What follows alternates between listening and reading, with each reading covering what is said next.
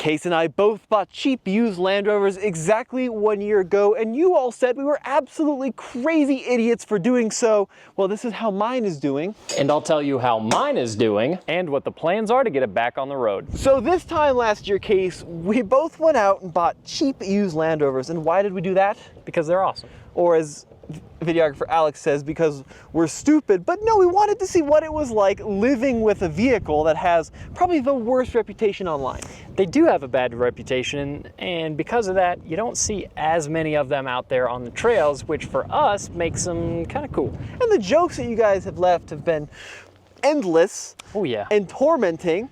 You know, if you want to go out in the outback, you take a Land Rover. If you want to make it home, Oh, you take a Land Cruiser. you take a Land Cruiser, yeah. 99% of Land Rovers are still on the road. The other 1% made it home. Yes, but let me tell you about my experience. So this is a 2006 LR3. Yeah. Bought at auction for $4,567. Which sounds like a horrible idea. And on paper, it is a terrible idea because this has no maintenance history, no idea who the previous owners were. It's also V6 powered, which is actually the worst of the two motors in these. That's right. Yes, it has the wrong engine, and it had zero options. This car does not have automatic headlights. It does not have heated seats. It does not have sunroofs. I mean, this is the complete poverty spec LR3. That actually might be to its credit, though. Yeah, to its credit, exactly. And let me give you some stats. So in the past year, I've driven this car 11,000 miles. It started at 68,000, now it's at 79,000 miles.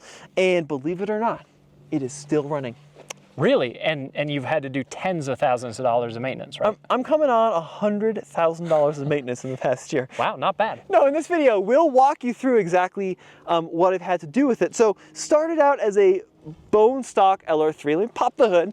Bought this car at the auction, sight unseen, didn't have a chance to drive it, and got so lucky because it drove just about perfectly. You like my dust? Yeah, it's very dusty, but you got hood struts and they work. That's pretty nice. I do, yeah. And you know, the only thing that didn't work super well on this LR3 when I bought it was the AC. So my dad had this crazy suggestion to go to O'Reilly's and get those like AC repair in a can. Right. And I thought he was crazy. I thought that was a marketing gimmick. Stuck a can of that in the system and it still blows perfectly cold. Yeah, ever since. And then I know that you also took this to a shop and had them swap out the transmission fluid on this, which is a bit of a process because these transmissions aren't really meant to be regularly serviced. So they actually had to drop the whole original transmission oil pan and replace it with a new one that does make it a lot more serviceable. So in the future, that's going to be a lot easier, but that made that a bit of a big job. Yeah, that's right. And basically all I've done to this vehicle from a reliability standpoint is maintenance. And that is going to surprise some people. Believe it or not, nothing, literally nothing has broken on this LR3 in 11,000 miles. Yeah, just regular maintenance, fluids, put tires on it. You did spend some money on it by modifying it, putting some off-road things like you've got your winch there. Yep, so I went out and bought this Terra Firma winch mount and 12,000 pound winch. Now, nothing is sponsored on this. This was all my money. This was a really affordable setup. Yeah. Not super impressed with the quality. Like if you look at the fairlead here, it is already rusting to hell. Oh, your hardware, but that's fixable. The bigger problem though, which I'm not too pleased with, is I also got their rock rails. Yeah. And those are ugly. yeah, they are really not holding up well at all. Yeah. So in multiple places you can see that black finish is just flaking off. I like the design. I think it provides a lot of protection inside of the car, but a lot of rust. Yeah, but these LR3s are kind of long wheelbase, at least compared to my Disco 2, so having that rock slider is pretty nice to have. And I gotta say, for the money that you spent and the couple modifications that you've made, this is a vehicle that is really nice and comfortable to drive on the road, albeit not the most heavily featured, as you don't even have heated seats. Yep. But it's also really capable off-road, and you took it to Moab. And I do genuinely mean this. I'm not being paid by anybody because everybody says I am. This has been, in my opinion, my favorite SUV of all time, because what it does is provide the best balance of on-road comfort and sophistication and off-road capability, better than any other SUV I've seen before or since the LR3. I genuinely mean, I think that this is probably top 3 vehicles of all time in my perspective from what it can do across the board. It's just so flexible. If you need to carry stuff from Home Depot, you can. If you need to carry your mother-in-law, you can. If you need to, go drive up Hell's Revenge, you can. You can just do everything in an LR3. Now that being said, the reason our videographer Alex hates everything that we're saying right now and is grimacing behind the camera is because he also has a first-year LR3. Yeah. Which has had several, minor issues, wouldn't you say? Minor, very minor, yeah. Yeah. Just too many of them. Just too many minor issues. Frequent things, because I think it's had some deferred maintenance in the past. Previous owners just didn't mess with it a whole lot. And so these can become a headache if you expect this to be a Land Cruiser with 0 maintenance. You never have to show it any new oil. You never have to take a wrench to it. It's never even blown as much of a fuse.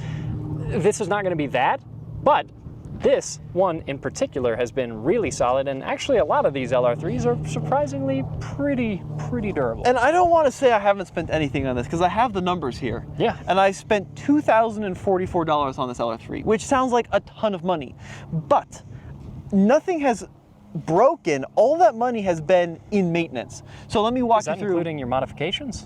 Yeah, so it includes. That's not bad at all, man. Yeah, if you include like the rock rails and the parts, it comes up to about $3,000. But what I've done in this vehicle has been preventative stuff. So, like you talked about the transmission, new transmission, full service, fluid, filter, and pan. That's a really big job. From here on out, it's going to be really easy. Yeah. Because these ZF transmissions were sealed for life, which meant that unsealing them is a pain in the ass. But diff service, right? Front and rear diffs, transfer case service, right? It's gone through a couple of engine oil changes. And the mistake that I've been making up until this point is I've been bringing it to shops to do that. And you're paying, $100-120 an hour. Oh, absolutely. So I could have cut down significantly on that if I did it myself, and which is what I'm trying to do now. Like I just did an engine oil flush and all these things. So look, I don't want that $2,000 to come across as it was nothing, because that's a lot of money, but I've only been doing stuff because I know I want to keep this car long term. Yeah. So like servicing the diff, servicing the transfer case, the transmission, right? These are all things that just need to be done at 80,000 miles on any car. And now what you've invested into this for less than $10,000, you have a pretty modern, very comfortable, and very capable SUV. It's awesome. Well, let me show you how the inside has been holding up here. So 11,000 miles driven, just less than the yearly average across the US, which is pretty good, I think, case for me, because I have a lot of cars to drive. You cycle a lot of press cars too. Yeah, I drive a lot of press cars, but I really love driving this thing so much that I've been making it a priority. Interior's held up really well. It's got full power seats, so even though this is a base model, it still has some nice features. Oh yeah, totally. Leather interior, right? Power seats. It does have automatic climate control, which is really nice. And this interior is cool because it's not that luxurious. So when everyone thinks Land Rover, they think of like really bougie high-end Range Rover stuff. These things are kind of like a Wrangler in terms of material qualities, and what that means is you can take it out on a trip to Utah, get it filthy, and then you don't feel bad about it because you just wipe down the hard-wearing plastics and move on. It is. It's pretty rugged. It's funny, though, some of the things that they cost cut on, because Alex's LR3, for example, is highly optioned, and right here he has a cup holder that pops out. You do not. So that's one thing. They got rid of your cup holder, man. I know. And they got rid of like my aux port. Yeah. Right? So this is the the basic hell? radio, no aux port. Oh, and you've got a power passenger seat, but no heated seats? Where are their priorities at? Yeah, and this one doesn't have the heated windshield wipers. It doesn't have the sunroofs, which has It's been probably a good thing. Really good, yeah. And then the only thing I think that's gone wrong on this, which is already starting to go wrong, is the paint on the roof is just shot. Yeah, and especially here in Colorado, and especially something in a dark color like this, the paint tends to suffer. That's not a uniquely Land Rover problem. If we were looking at an old Chevy Tahoe, you'd be in the same boat. One of my favorite features about this, in case I think yours does something a little similar. No, it doesn't. Actually, I lied. This has the split tailgate. Yeah. So you've got the top portion and the bottom. This has been really great. So like we'll go out to a park with friends, or you'll be like at a hiking trail or something, and you can just sit on the tailgate. You got a little shield here to put on stuff. Huge trunk. I actually took this vehicle on, right after I got engaged, I took this vehicle on a Thanksgiving trip with my my new family, and it drove it all the way to the eastern part of Kansas. It was perfect. Well, and you can even get 7-seat versions of these, Yeah, right. which is really nice. And here's what I want to emphasize too: is like this car. What I think cars are is a place to make memories, and I've had more good memories in this LR3 than anything. I mean, I got engaged, I got married, went on that family trip. This car took us on our mini honeymoon to Moab, Utah. It took us through all of Utah, no problem, super comfortable. Morgan, my wife, likes it. She likes how high it sits. She likes how much space it has. She took it on her bachelorette trip. I mean, so this thing's getting used to high hell. Here's the thing at the end of the day, because people like to make things very simple. They like to generalize. They like to say these vehicles are good and these vehicles are bad. But the reality of it is that it's very nuanced. This is a particular Land Rover that is a really good Land Rover, and that's true of most LR3s. Yeah. Then there's the other end of the spectrum, which is the type of Land Rover that I bought. Yes, that's right. So Case has had some problems. We'll get to that in a sec. I do want to show you one cool thing about this off-road, so let's cut to that now. One of the things I like most about these Land Rovers is a lot of new cars have buttons and modes like this, right, Case? Yeah, and they do exactly nothing. Exactly, but what's cool about this system is it really transforms what this thing can do. So first of all, you've got the low range, which is awesome. It's a prereq for any off-roader. And then you got the suspension height, which can jack this thing up several inches, but then these are the secret sauce. This is the first vehicle to launch with terrain response. And if you dial it into like the rock mode, it behaves completely differently than the sand mode, which is completely different than the snow mode. And that's pretty rare. A lot of modern cars do this, but it's all the same stuff. Yeah, and on the subject of oversimplifying, people talk about how the air suspension on these is so terrible. That's true of other Land Rover products, but actually the air suspension on these seems to be pretty solid. So this Land Rover is still on its original airbags, as is Alex's LR3 that he hates. It's at least still on its original airbags. So Alex, a videographer, his LR3, 140 something thousand miles. I think part of the reason he hates his is it just hasn't been well taken care of. Yeah, exactly. You know? So like his fuel door doesn't stay closed. Sometimes he gets an error with, I think, his MAF sensor. Yeah, stuff like that that is annoying. Yeah, I will admit. And if you're not really looking for a vehicle to pour at least some time into, something like this might not be the right vehicle for you to get. But you were talking about air suspension, right? This thing's got 80,000 miles. It's 18 years old now. Yeah, 18 years old. Oh my God. So this is cool. So this is the trenches courses. And Land Rover from 06, I think, had a better four-wheel drive system than some modern vehicles. Yeah, it's amazing how quickly it works. I wish all traction control systems these days were this good. The other thing that's really good is the way that this air suspension works, because this vehicle, even though it's fully independent suspension in the air, it still articulates. Yeah, right, and it's because it's called a cross-link air suspension, so it is able to shift air around to the different bags to simulate a solid axle, basically. Yeah, and even picking up tires as we are, you really don't have to fuss around with the vehicle lurching back and forth and not wanting to climb an obstacle. It just does it. Absolutely. You just get lightly on the throttle, you stay on the throttle, and it just goes. Now, you brought up something interesting, Case. The funny thing about LR3s is I talk to a lot of you guys who watch this channel, and a surprising number of you say, A, I bought my LR3 because I watched some videos about it. Thank you. That's very kind. Or sorry, depending on your situation. But B, hey, I've got 260,000 miles on it, and it's been perfect. And then we get the comments that are like, oh, I had one new, and after 30,000 miles, something crapped the bed, right? Yeah. And it really seems that, like, a lot of the initial teething issues that these things had were when they were new, and sometimes people just got a bad one. Yeah, and like I see that a lot too. Or like, oh, I had one and it just was a lemon. Yeah, and a lot of these cheaper Land Rovers that are still around are at this point, well into the area of reliability. One of my good buddies even has a Discovery 2, which is, by the way, not one of the good Land Rovers. Don't recommend it unless you're doing what I'm doing with it, which is using it as a platform to build something else. And we'll show you that in a second in case it's something crazy with his. But my buddy's Disco 2 is at 220,000 miles and it's driving well, and he daily drives it, and he absolutely loves the vehicle. He does have to pour time into it, but then it drives fine once he keeps up with maintenance, and it's great. You're right, and like, LR3s, I wouldn't hesitate most people to buy because they're pretty solid. Discovery 2s can be you should probably avoid it. really problematic. Same thing with like early L322 Range Rovers. Oh yeah. What they're called. Really bad. Really P38. problematic. P38 Range Rovers, terrible. Yeah, right? Range Rover Classic. Also bad. Also bad. So It's most stuff. yeah, it's most stuff, but there are some gems. Like LR3 is really good. Yeah. First gen Range Rover Sports. Yeah, absolutely. What is that? 06 to 09? Yeah, you're right on the money. Yeah. Basically anything Ford era. Yeah, exactly. pretty good. Because they're running Ford engines.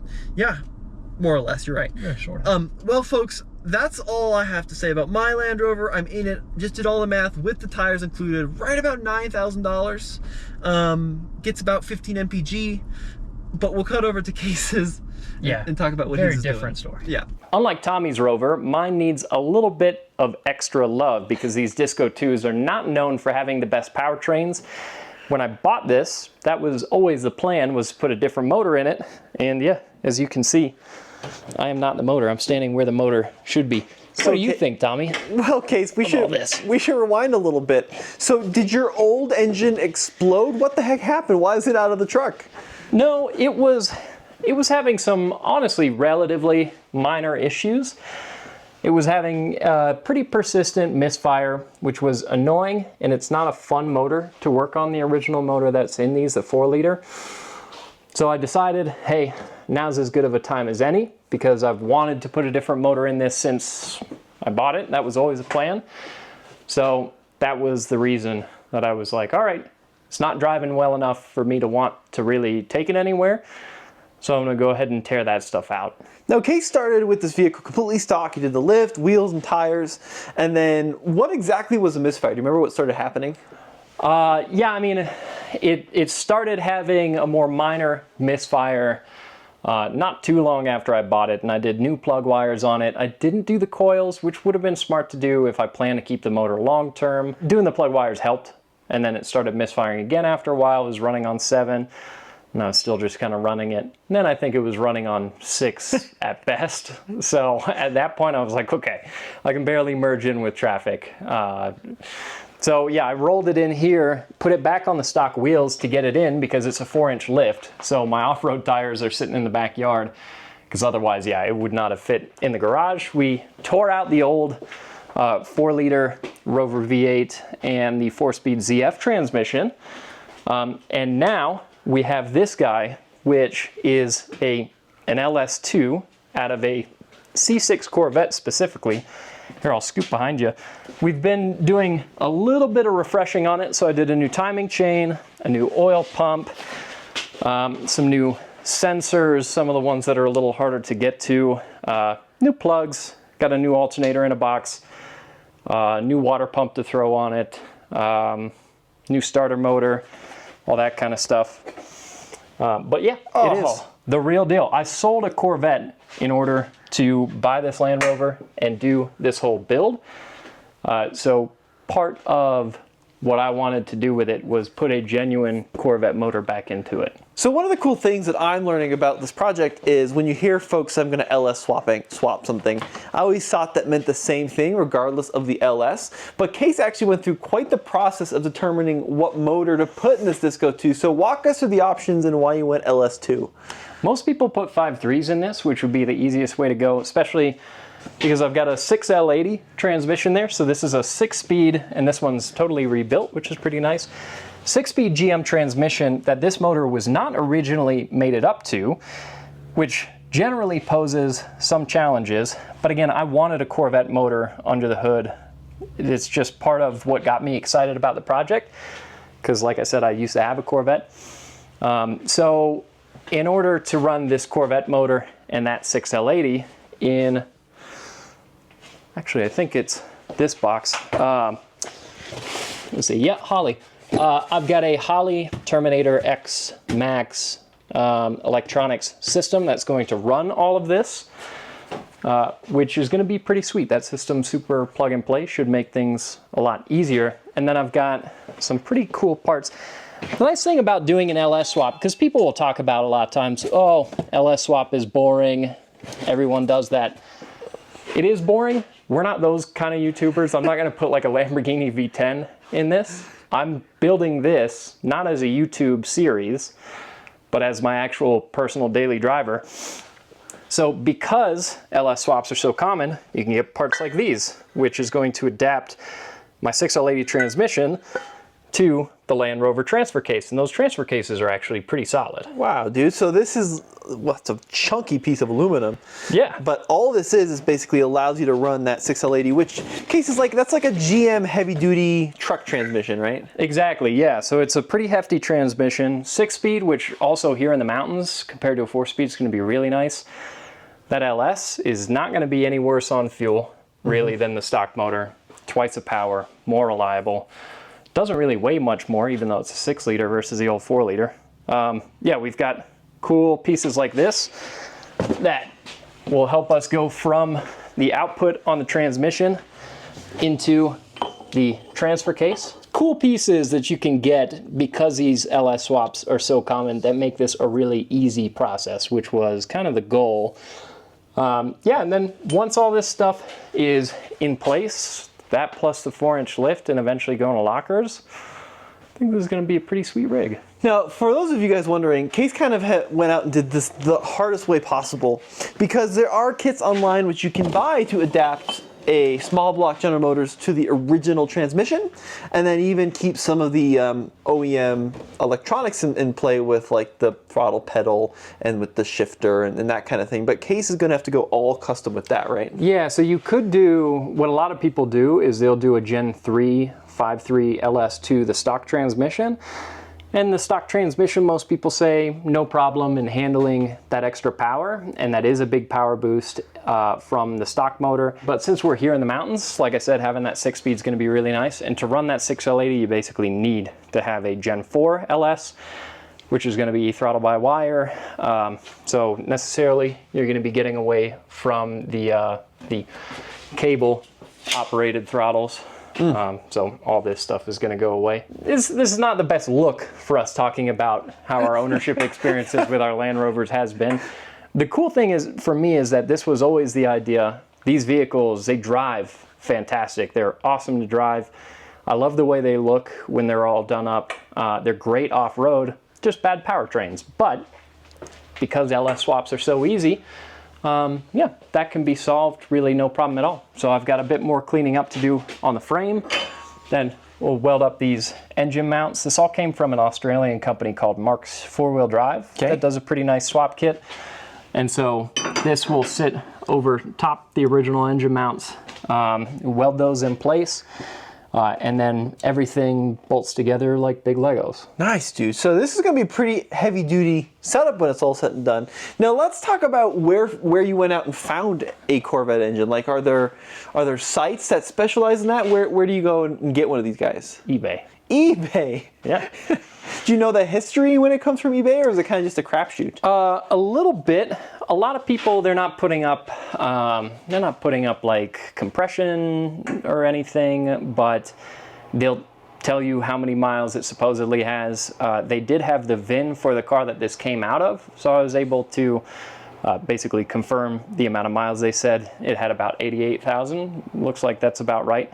And then when the motor shipped, it actually had oil in it, so I sent off the oil to get analyzed by Blackstone, who Andre uses sometimes when we do break-in oil on company-owned cars of ours. And the oil analysis turned out good, thumbs up, no red flags, everything seems like it should be fine. So just some light refreshing on this motor, and I think it's going to be happy as can be. And these are rated at what, 400 horsepower? Yeah, 6-liter LS2, 400 horsepower, aluminum block. Doing stock cam, all that kind of stuff, and not doing anything crazy as far as power adders, because I just want this to be powerful enough to cruise uphill, up I-70 on 33-inch tires and not have any issues. And that plus the 6-speed is going to make this in the mountains way more drivable, way easier to live with. Now let's talk about the interesting part about this. So the whole truck was what, just over $3,000 you paid for it, right? Bought it for $3,000. Now, what do these LS engines run? What's kind of the price differences? This one I got for about $5,000 plus shipping. Yeah, and then I've done a fair amount of refreshing on it.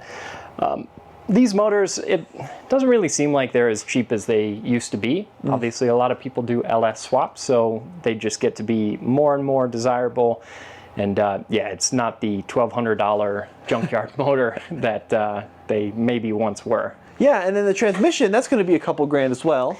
Yeah, so that one fully rebuilt, plus the fact that I didn't have a core to bring them, that one was $3 grand. Okay. And then you've got all of the other bits that really add up. So you've got like the Holley systems and that kind of thing. Yeah, the Holley system, I still need to buy a radiator, an electric fan, gonna get an oil cooler. It seems like the transfer case, the stock Land Rover transfer case, is gonna move back about 3/4 of an inch. So I might bring my drive shafts over to a drive shaft shop and have them just adjust the lengths on those a little bit. So this is not a money-saving activity. No, not at all. The part of my reasoning behind doing it this way is because out here in Colorado, the smart choice would be to get like a 100 series Land Cruiser, but there's lots of those out here. I just kind of wanted to do something that's different from the rest of the stuff that I see parked in parking lots. Great thing is we've got a buddy, Charles, who's been on the channel before, who's kind of gone through this exact process. Yeah, he's done a very similar swap, and then one of my good friends, he's done a couple swaps. This is his BMW. It's got a 800 horsepower 2JZ under the hood. He's also done a 2J swap on a Tacoma, so he's done quite a few engine swaps. Yeah, Charles did an LS swap, Gen 4, with a 6-speed into one of these. We've got a buddy, Jordan Townsend, who does a bunch of LS swaps. So we got really good resources for whenever I get kind of stuck. Nice. Yeah. All right, well, in case I want to do one more thing, let's go outside and show them that old 4-liter. And then we'll close this up. Yeah, the paperweight. All right, so this is a 4-liter that came out of Case's Land Rover, and the problem with these, it's actually a really compact engine and all aluminum design, but they had a lot of head gasket problems, right, Case? Yeah, head gaskets. Slipped liners as well was a common slipped issue. liners. So look, I know a lot of folks in the UK love these engines, and I think that's cool, and I know that there's a big tuning community around these overseas, but here in the US, there are just much better options that are much more serviceable. Well, and as you can see, this is not a pristine example. The whole motor is soaking wet with oil. It was leaking. Every single seal on this is bad. Look, you could do this up and make it good, and I'm going to sell this powertrain to someone who wants to refresh it for a couple $100. It'll be good for someone. 120,000 miles on the whole rig, so this is a relatively low mile powertrain that could use some refreshing. But for what I want to do, being here in the mountains, getting rid of this is going to be the best thing that I've ever done for that vehicle. Best thing that I could do, short of not buying it in the first place, as most people would probably say. But I'm really excited about this project. It fits exactly what I want out of a vehicle. And again, at the end of the day, that's all that matters. Well, folks, let us know what you think. I'm sure you will anyways in the comment section below. And this has been Tommy. And Case. Head over to alltfl.com. We got more videos coming.